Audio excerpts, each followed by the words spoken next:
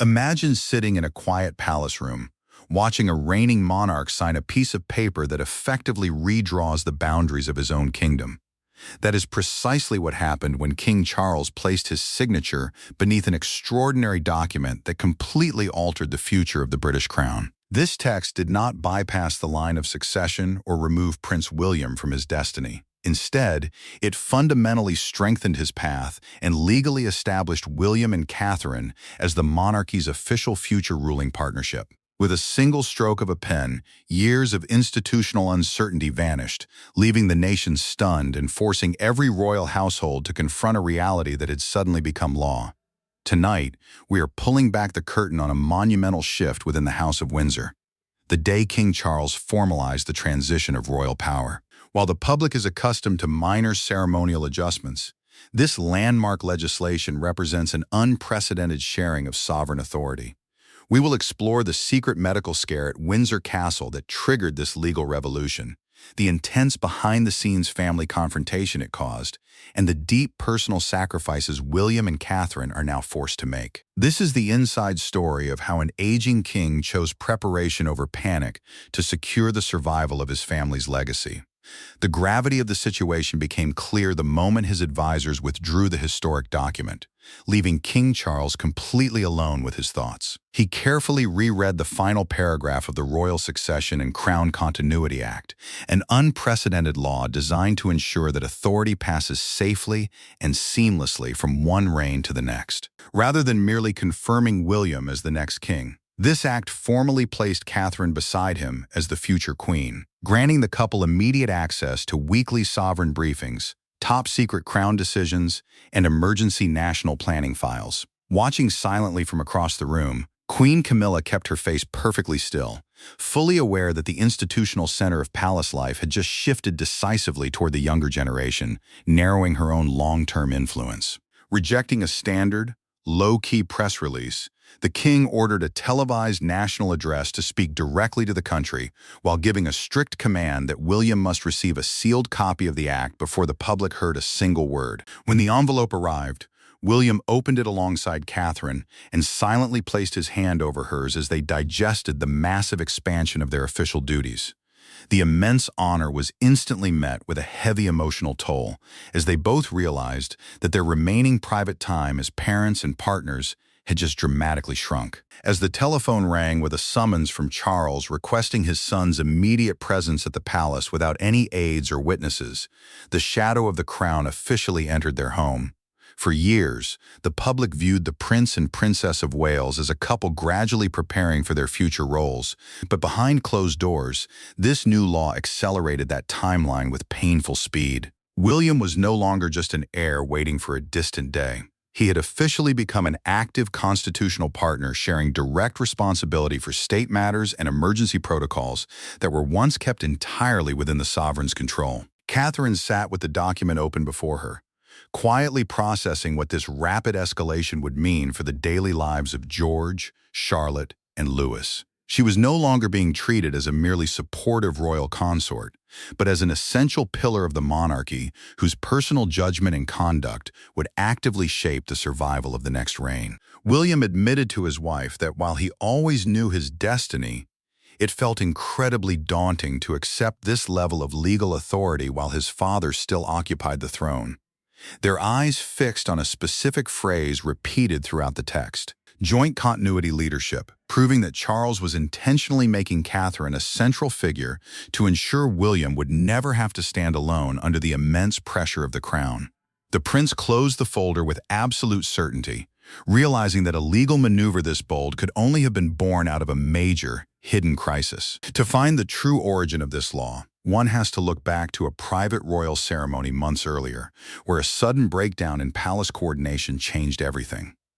The true catalyst for the new law did not originate in Parliament, but during a private investiture ceremony at Windsor Castle that the public barely noticed. Charles had gathered senior military representatives, Commonwealth officials, and members of the royal household to present official honors and medals. William and Catherine were in attendance because several long-term royal patronages were scheduled to be transferred to them eventually, though neither possessed any formal written authority to legally step in if the monarch suddenly became incapacitated.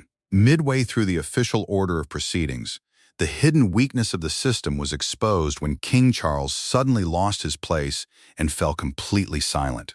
Before the senior royal aides could react, William crossed the room, placed a steadying hand on his father's arm, and guided the king toward a chair. With Catherine by his side maintaining absolute calm in the room, William smoothly took over and completed the remaining presentations without a single moment of hesitation. Later, behind closed doors, a recovered Charles expressed the deep pain of a father who had been seen needing his son's intervention in front of an entire room of dignitaries.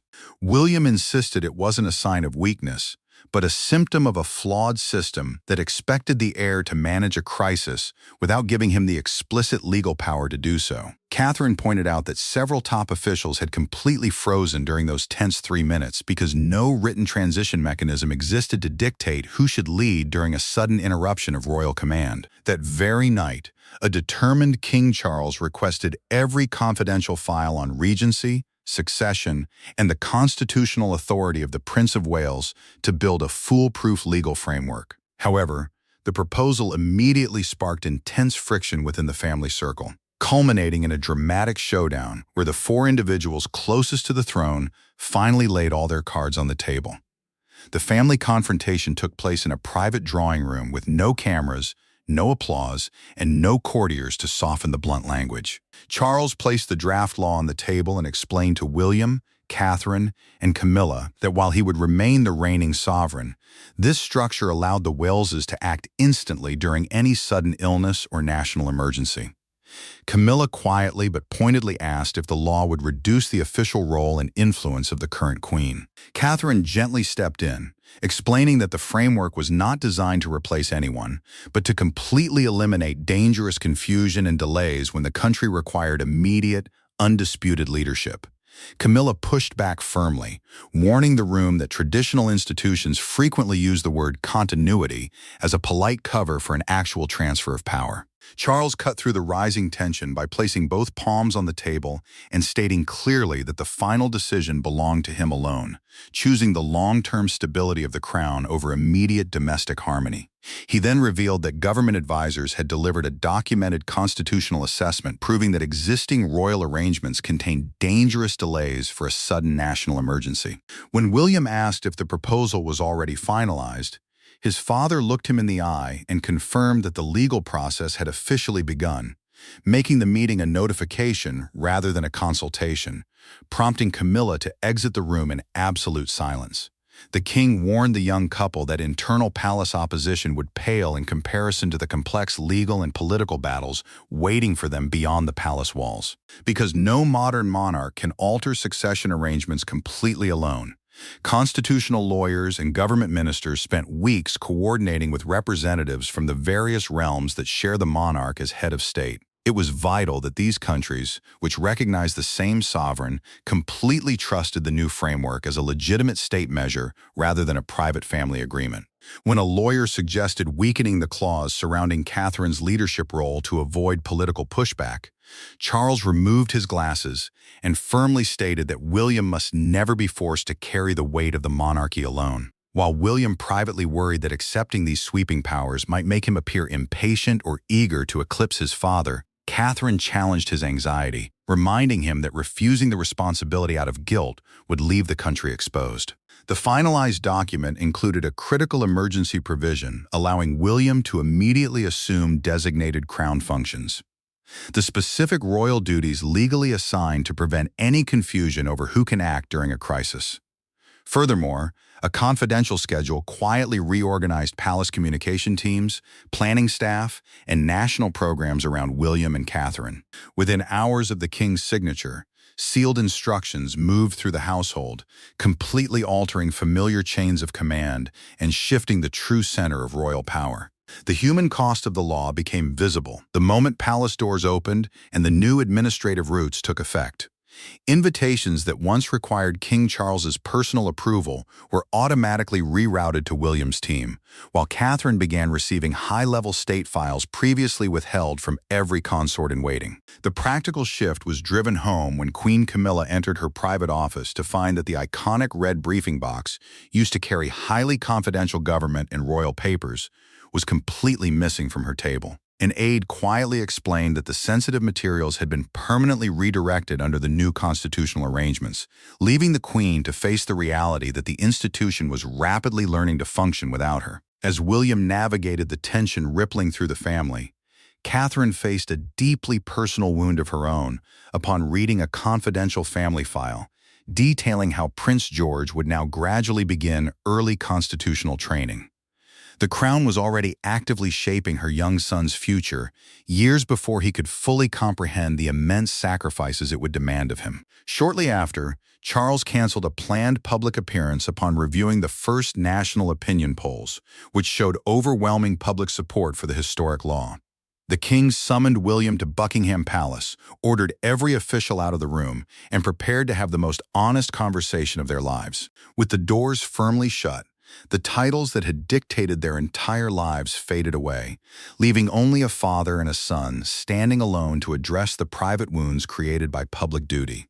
Charles explained that the law was born out of a profound fear that the modern monarchy had become dangerously dependent on the health, strength, and physical presence of just one person. William agreed, noting that while past generations survived entirely on custom and slow-moving loyalty, modern global pressures demand rapid decisions, visible leadership, and a fully prepared partnership before public uncertainty can spread. Charles poured 2 glasses of water, sat opposite his son, and admitted that signing the law felt like writing the very first sentence of his own eventual departure.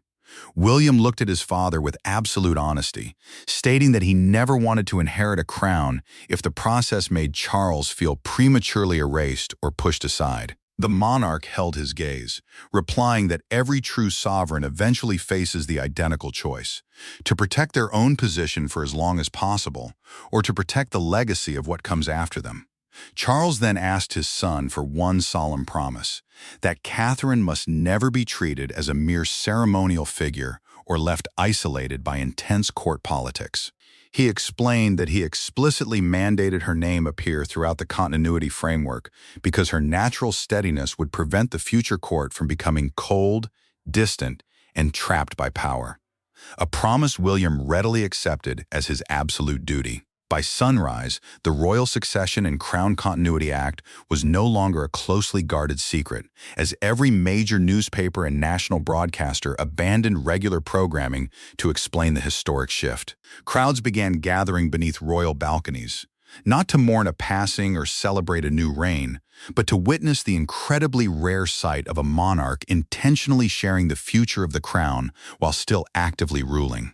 Commentators stressed that the law strengthened the established line of succession rather than bypassing it, ensuring the country would never face a future transition with an untested court. One London newspaper perfectly captured the national mood with a massive front-page photograph of Charles signing the document alongside the definitive headline, "The King secures the future." William and Catherine soon appeared together in a televised message, where the prince avoided any sense of celebration, choosing instead to humbly thank his father for trusting them with responsibilities that deeply affect both the nation and their private family. Catherine followed with a solemn promise to meet the immense burden with humility, unity, and care, her calm delivery masking the clear reality that their private choices were now irrevocably bound to the state. Sitting in private, King Charles watched the broadcast and quietly lowered his head, deeply moved that his personal sacrifice had been fully understood by the future queen. That evening, the family prepared to step out together for a vital public appearance where their physical placement would speak volumes to the world. The final verdict on this constitutional revolution did not come from a legal court, but from the powerful image of King Charles stepping out before the nation with William and Catherine standing firmly by his side. The crown remained entirely his. The government continued to operate under his command, and his full sovereign authority was completely undiminished by the new law. Yet, by displaying the young couple as the recognized, legally empowered guardians of what comes next, the monarchy successfully chose meticulous preparation over institutional uncertainty. Right before the cameras began rolling, Charles reached out and gently adjusted the ceremonial insignia on William's uniform. A simple, paternal gesture that proved the future king was not replacing his father, but being carefully guided by him. Camilla joined the group with visible composure, choosing total institutional unity over personal resistance and standing beside her husband without a single note of protest. Catherine stood carrying the knowledge that her family's freedom had narrowed, yet she fully accepted the weight because Charles had granted her genuine authority and real responsibility rarely seen for a royal spouse. William stood ready, not as a triumphant heir who had rushed toward a throne, but as a leader fully prepared to safeguard the continuity of the crown.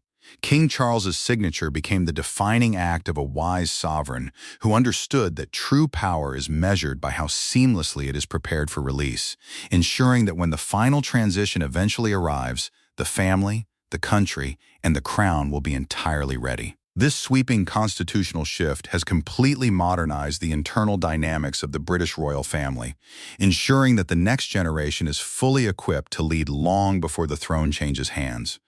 By formalizing this partnership, King Charles has secured the monarchy's survival in an increasingly fast-paced world. How do you think this new joint continuity leadership will impact the future of the royal family as Prince William and Princess Catherine step into their expanded power? Let us know your thoughts in the comments section below. If you want to stay completely informed as this historic transition continues to reshape the House of Windsor, make sure to hit that like button and subscribe to the channel so you never miss our next deep dive into the inner workings of the crown.